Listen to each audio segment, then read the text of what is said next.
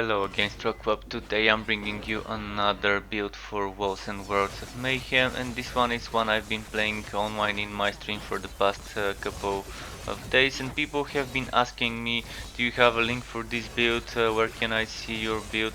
I decided to just make it as a separate one, even though it's pretty similar to the other Bleeding Edge build I was using, but not passives wise, and not in regards to all the skills and all the modifiers I'm using. Basically this build will get a nerf eventually, probably in 1 or 2 days. Uh, Even if the damage gets reduced by half, it's still gonna be great damage. People can achieve tens of millions of damage with this setup. My highest was 9 point something million so far, but I can tell you that it can probably go with a good setup like a trial belt up to 20 million, maybe even more. Definitely a build worth playing, and definitely you might have fun if you like the Bleeding Edge. I'm kind of bored of Bleeding Edge and I can't wait for other skills to get buffed up, but for now if you want something that can help you push 187, 88, 89 monster level dungeons and Wrath of Saricel enemies for untainted drops and everything like that, this build could help you. It's all about making the enemies suffer from different types of ailments. The more ailment stacks an enemy has, the better it is. You can get up to 30 ailment stacks for one element, and some people can get more than 7 elements, 7 different types of ailments on an enemy. At the moment with my gear and my setup I can get the enemies to suffer from 6 different types of ailments, and even though I don't have the most optimal gear for the build, I can still get decent results. But keep in mind, some patch notes, upcoming patch notes, or not patch notes but things that are getting fixed, have been released, so keep that in mind. The build would get nerfed eventually. Let's start by showing you the skills I'm using for this build. Some of them are optional and I won't let you know which those are. But for one of the optional skills you can put something else here. I'm using it to have a little bit of more chance to inflict cursed on the enemies. I used to play with the cursed shadow damage gems in my weapon, but I decided to change how it is if I put more toxic there, so I can get the toxic to proc more often and to rely on this one for the cursed. Here we have Sovereign Shout. It's helping a lot with 100% chance weakness, together with the box we've got pretty decent as well. Then here we've got Aether Jump, which I'm assuming most of you wouldn't have unless you have a shield or a weapon that gives you Aether Jump. So here I would suggest going for Warpath. As an alternative, Warpath is nice for mobility. Normally this is how I used to play: Warpath here and then Wings of Ishmir here.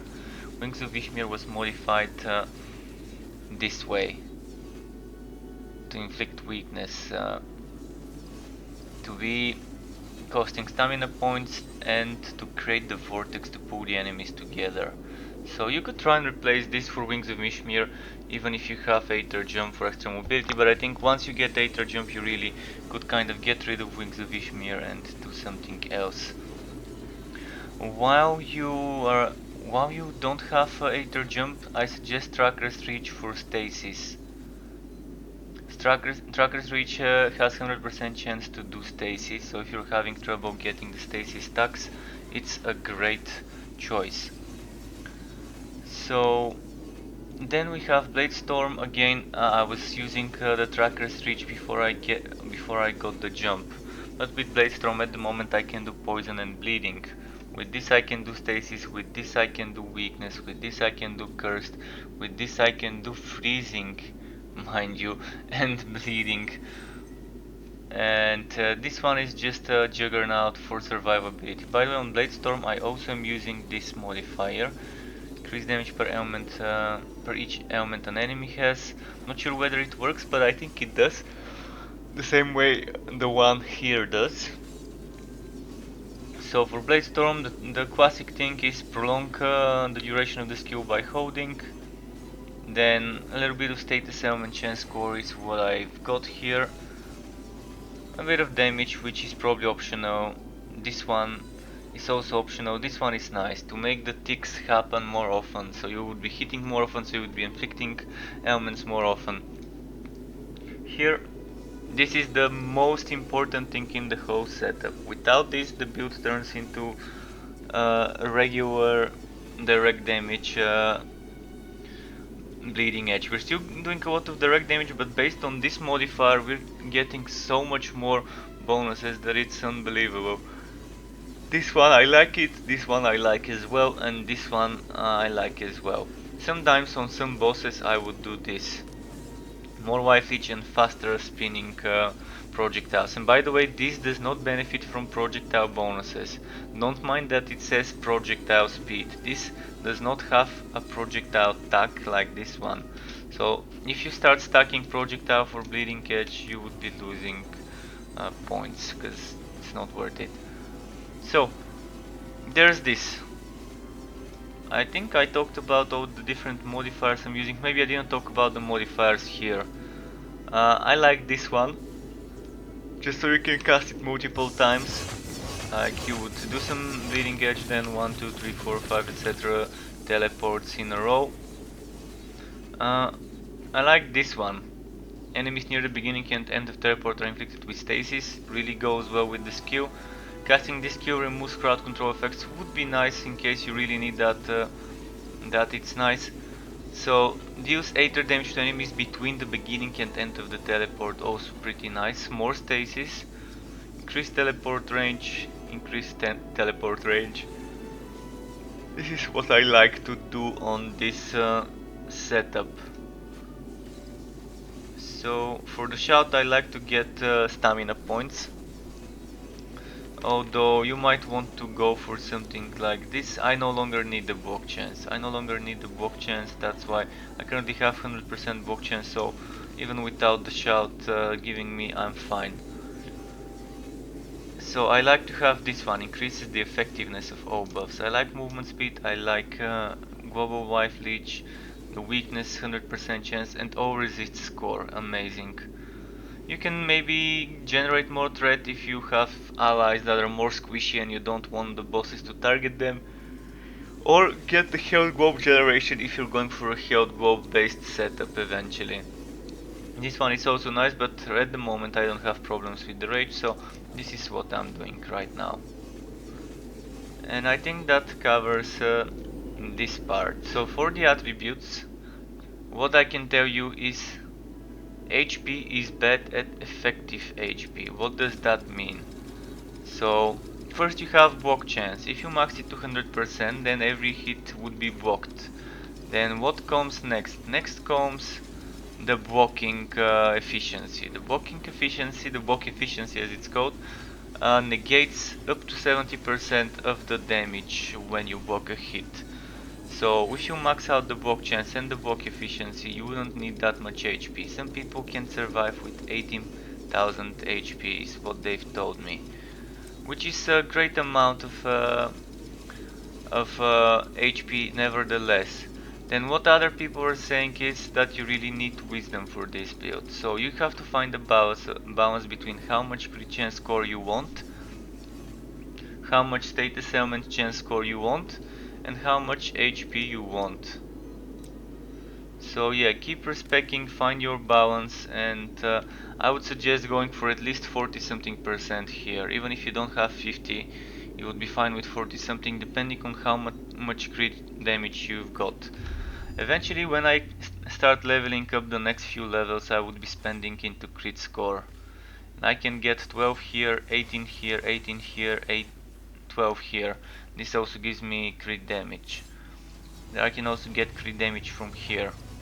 And since we already opened the passive tree, let's quickly talk about the aspects and then about the passives. The aspect of Apocalypse, you probably won't even use it unless resurrecting someone when playing multiplayer and you just want to get that invulnerability. But the one that goes well while leveling up for such a setup, physical based material setup would be that one. I mean, anyone is good, anyone is nice, this one's nice as well. My favorite three are those. I'm not a big fan of this one, but this and this are my favorite ones. Now let's talk about the passives. The passives are weird and fun. And yeah, I started doing one thing, then tested another thing, and kept switching things around depending on how much block chance I've got, depending on how much transfer time and rage cost I needed, and so on. So for a while I was using those here. Then I removed 1, 2, 3, 4 points, and I got those things here.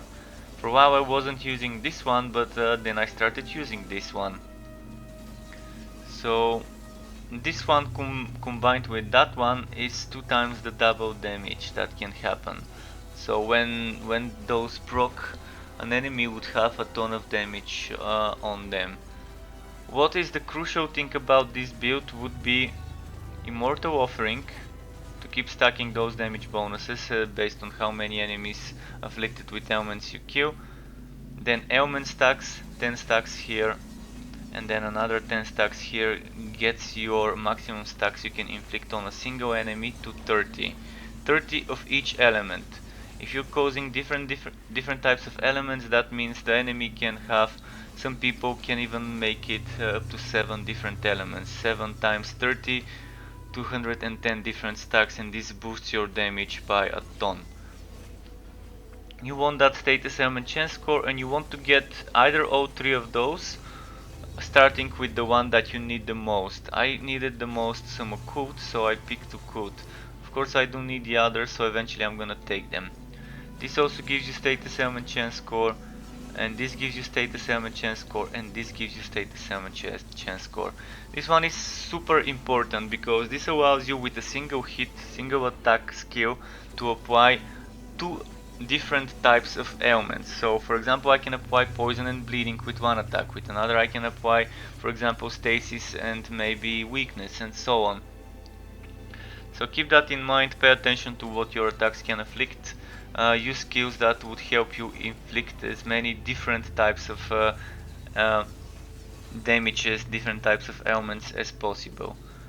This one is great for survivability. You want this one. You want this one if you're using a heavy helmet and chest piece. This is for the helmet, this is for the chest piece. You're getting double the resistances, and there is a bug. Careful when switching items to not get affected by the bug. So if you remove the helmet and then you equip it again, you see you're not getting the double bonus from it. In order to unglitch it, you have to unequip the chest and equip it again. Then the resistances are back to how they should be. So pay attention to this. It's super important. Here you can get a ton of resist, some crits and HP, some more block efficiency, and then some more block efficiency on this side and block efficiency on this side, together with block chance and attack damage. And there's more block chance here, more block chance here, and even more block chance here or here if you need it. Of course, don't take this one if you can take that one, or if you can take that one or that one. This is 3%, not worth it. There's places where you can get 5, 6, so yeah. This one is block chance with one-handed weapons. This block chance does not seem to work. Maybe it only works with two-handed weapons and it just doesn't say it, but I've tested it, other people have tested it. This block chance, avoid it for now. What else do we have? Important is the max willpower and rage here and here. That is important. And if you need some crit chance score, without investing into this one, you can get quickly that 18% here. That's probably gonna be actually my next level up before I move on to our store for more crit chance score. At this point the build is pretty much shaped up, and it's all about your items, the way you play the build, and how you are building the ailment stacks on enemies. You would really need items that help you with that, and more about this in the gears section, in the items section. Now let's talk about wood. Let's talk about the gear you need, or the gear I would recommend you test. First, I do recommend starting off with the one-handed and a shield, and maybe when you get used to it you can try and experiment with two-handed if you can get enough block chance and efficiency with a two-hander. On single player solo, probably with two-handed I can survive, but when it comes to certain enemies I still prefer to have my shield. When it comes to 4-man play, things get a little bit tougher, and more block chance and efficiency and resistances are needed, which is where a trusty companion, a shield, would go a long way. Now what you need is a ton of resistances, as I said. What you also need is a ton of transfer time reduction. What you also need is some cooldown reduction for the skills that have cooldowns. It's not that important at the moment for my build, but this one has a cooldown, this one has a cooldown, even that one has a cooldown, so a little bit of extra cooldown always helps. Although more important would be the transfer time reduction. If you have to pick between this and cooldown on an item, always pick the transfer time reduction with this setup. Much more important. Now there's things like rage and willpower cost reduction, which is great. There's also resource generation, which is also great. So get those when you can. There's things like material damage or percent damage or cool damage or elemental damage. Those are also great, but they shouldn't be the highest priority, but definitely get some percent damage when you can. I would suggest first try to survive, try to get tanky, then think about how to squeeze more damage, how to squeeze more status ailment chance score, which is important, very important to get status ailment chance score. Crit hit damage is important. Attack speed is nice if you can get it, but maybe you shouldn't make it the biggest priority. So for weapons you want flat damages. I can tell you what the min-maxed weapon probably would be. Physical damage, rend damage, toxic damage on attacks with this weapon, and then a percentage material damage on attacks with this weapon. This percentage would boost the physical, rend and toxic of this weapon and boost the average damage on the item card. Then you can get crit damage, maybe a bit of wife leech. You don't need that much wife leech, even just taking the 2% wife leech node would be enough. You can also get wife leech from the bleeding catch itself, which would also be quite nice. As I said, you want heavy and bruiser maybe, but you want heavy on the helmet, you want heavy on the chest piece. Something like this is a great bruiser item. 389 resistances on 116 level bruiser shoulder, so that's not the max it can go. After level 151 you can get higher rows. So after level 151 it's just item level that you're getting. You're not getting any better stats on the items, but you want to be farming higher than level 151 items eventually. So you can see I've prioritized in some places rage and willpower cost reduction, in other places I've just prioritized resistances and whatever else I can get. Toughness is a great thing not to be removed from your items. Try to keep as much toughness as you can from items, and ferocity if you can, but it shouldn't be the highest priority again. Movement speed is also great, and as I said, attack speed score is also great. So you gotta kind of find a balance. And when it comes to the socketing, all resistance, block chance and block efficiency is what you need to be balancing.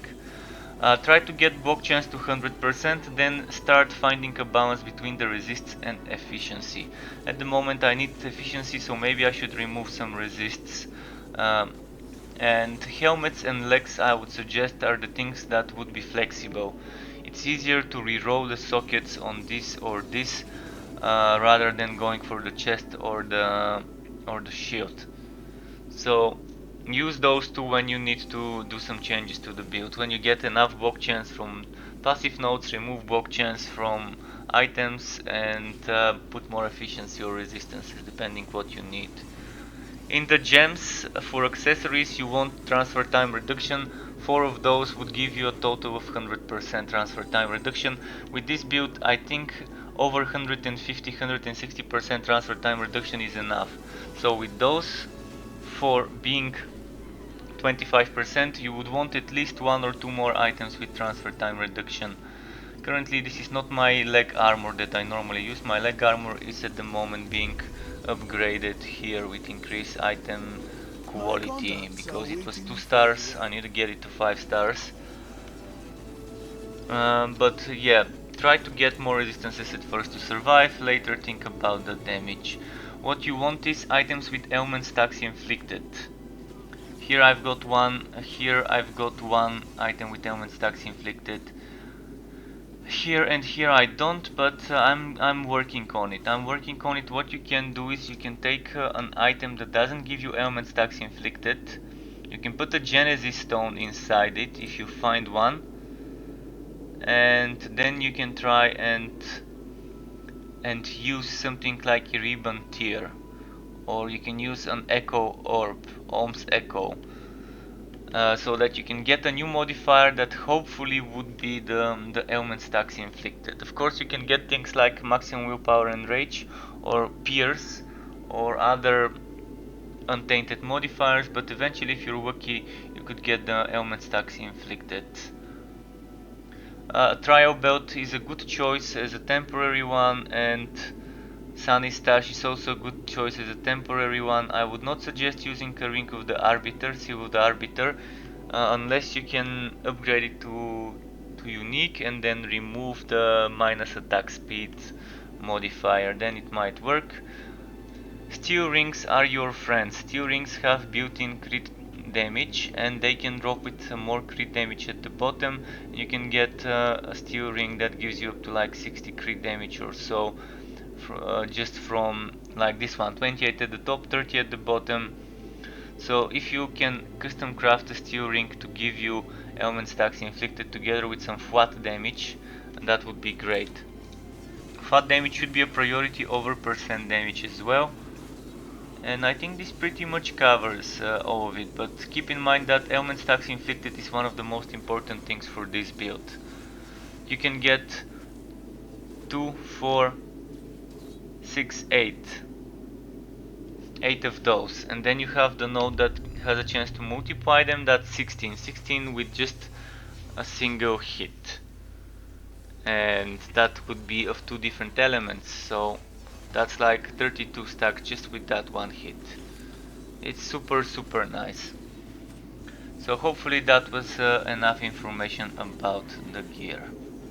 Now let's show you some more gameplay. The build is not that hard to play, and as I mentioned in the intro, it's all about inflicting stacks on the enemies, and the more stacks an enemy has, the more damage it would take from your bleeding catch and Bladestorm. There's other skills that could work like that once they fix them, and I'm super excited to see Gunslinger's Brand or Infinity Blades working in a similar way once their modifiers that do that are fixed. For now, focus on using all different things in your arsenal. Bladestorm, aether jump if you have it, if not maybe you could try and use Warpath, then the shout for some weakness, and Butt for Butt could help with some curses, but if you don't want it, again as I said, try and use Wings of Ishmir. Wings of Ishmir with the shout for stamina, for mobility together with Warpath is great. If you have enough movement speed, even just spinning to move is not bad if you don't have aether jump. If you do have aether jump, just roll the axe 2, 3, 4 times around you and then start spamming the teleport to move.